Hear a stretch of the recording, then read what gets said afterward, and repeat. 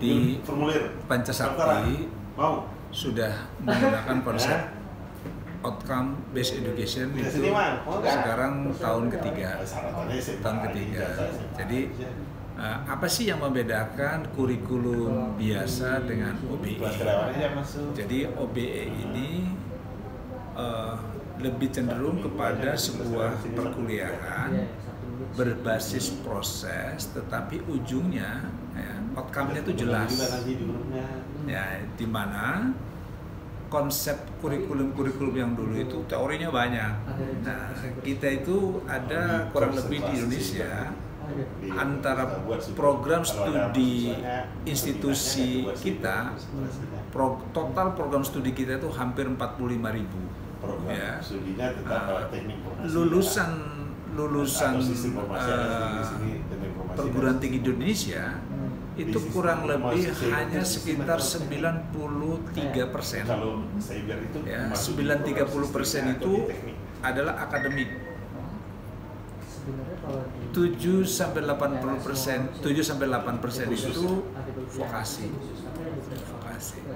Nah, vokasi itu lebih cenderung pada outcome based education karena dia prakteknya banyak, jelas. Jadi kalau kita menggunakan konsep Bloom itu ada dua, ada konsep Bloom yang tertinggi itu ada namanya grade, ya. Jadi mahasiswa itu harus sampai bisa membuat sesuatu.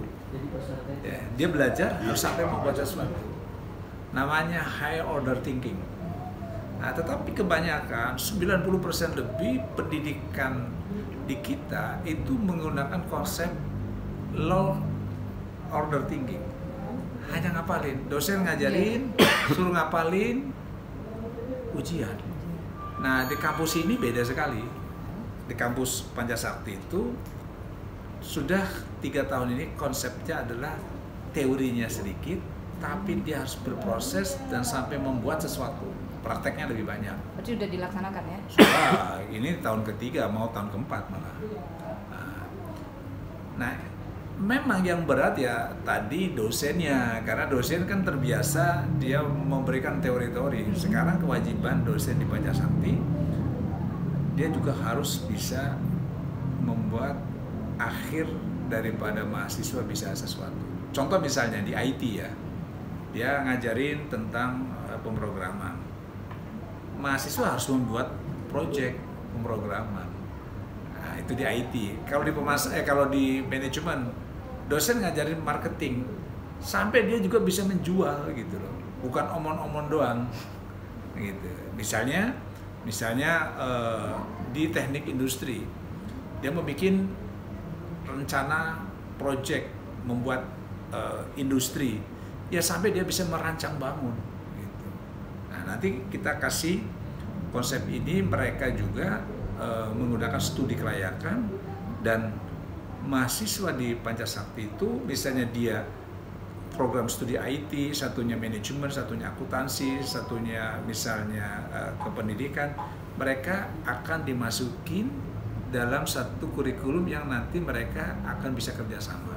Lalu progresnya gimana Pak, kurikulum ini? Ya memang progresnya memang tidak spektakuler ya, tapi tetap tumbuh terus. Karena harus saling menyesuaikan. Pertama, mahasiswa tentu terkejut, karena apa? Banyak praktek dan lain sebagainya. Sementara kalau dia dengar kampus-kampus lain, kok kampus lain santai gitu.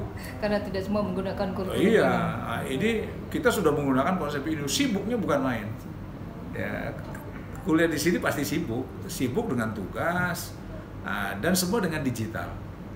Ya, kita konsepnya sudah menggunakan digitalisasi, tugas-tugasnya dengan media sosial, sehingga anak-anak di sini sudah terbiasa. Nah, mahasiswa kita kan semua generasi Z. Generasi Z kan generasi multitasking, generasi yang harus dengan chat, dengan media sosial, biasa dengan teknologi. Jadi ya kita biasakan dengan kebiasaan-kebiasaan mereka. Pak, kalau berbicara tentang kurikulum ini kan tidak semua kampus swasta mungkin belum bisa dikatakan belum.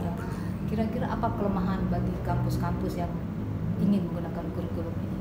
Ada 3 kelemahan pokok. Pertama, kelemahan pada anggaran. Ya, kan jadi dengan banyak praktek anggaran jadi tinggi. Yang kedua, kesiapan lembaga untuk tempat praktek dan dosen juga. Nah, yang ketiga, berkaitan dengan link and match dengan industri. Ya, pada saat mahasiswa diajarin ini loh ya, misalnya saya mengajarkan mahasiswa tentang teknik tenaga listrik. Itu listrik itu harusnya gini, kalau memasang listrik, kalau dari pembangkit listrik sampai ke perubahan tuh konsepnya begini. Ya, saya ceritakan. Kemudian oke, sekarang kita praktek ya, yuk kita ke PLN, ya ke pembangkit listrik PLN yang tenaga air, tenaga uap dan lain sebagainya. Nah ini lihat ya, ini sampai sini, sampai ke perumahan, sampai kita nyolokin sekarang begitu, kan begitu ya. Nah itu kan butuh biaya, transportasi dan sebagainya. Itu yang menjadi masalah. 3 itu yang menjadi masalah. Oleh karenanya tidak semua kampus bisa melakukan ini. Ya, berat karena sedangkan kontraknya sama mahasiswa ya sudah dulu kuliah bayarnya segini, begitu masuk kemudian ditambah kan pengeluarannya jadi berat. Nah, kampus akan berat gitu. Jadi solusinya atau mungkin apa masukan nih buat pemerintah apalagi kementerian baru? Ya tentu ya ini tantangannya pemerintahnya Pak Prabowo ya memang berat karena memang generasi Z ini generasi yang tadi saya katakan generasi digital, kemudian multitasking, kemudian generasi Z ini yang anak-anak di generasi Z itu kan mereka yang lahir di sudah di 78 ke sini ya. Kemudian sampai 2010 ke sana kan generasi alpha ya. Kalau saya kan generasi baby boomers yang lahir tahun 60-an yang ke teknologi juga berat. Nah, anak-anak yang di usia 45 ke bawah itu mereka tuh cepat dengan teknologi karena mereka lahir juga sudah teknologi udah berkembang. Beda dengan saya lahir setelah perang habis, semua serba sulit dan sebagainya. Jadi anak-anak seusia saya yang maksudnya orang seusia saya udah 60 lebih itu kan sulit menyesuaikan diri dengan teknologi. Nah, bagaimana caranya? Tentu pemerintah harus paham. Maka pemerintah harus membawa aura-aura anak muda keinginannya. Karena cara pendekatannya, kurikulumnya berbeda dengan kurikulum dulu. Maka berat bagi pemerintah untuk bisa memahami dan menyesuaikan. Ya, mohon maaf ya, kebanyakan di pemerintah ini kan orang-orang yang sudah berumur. Dia lambat. Misalnya khusus ya di Kementerian Pendidikan Tinggi misalnya. Sampai sekarang yang namanya ngurus izin ya lamanya bukan main. Zaman teknologi begini. Ngurus izinnya bertahun-tahun.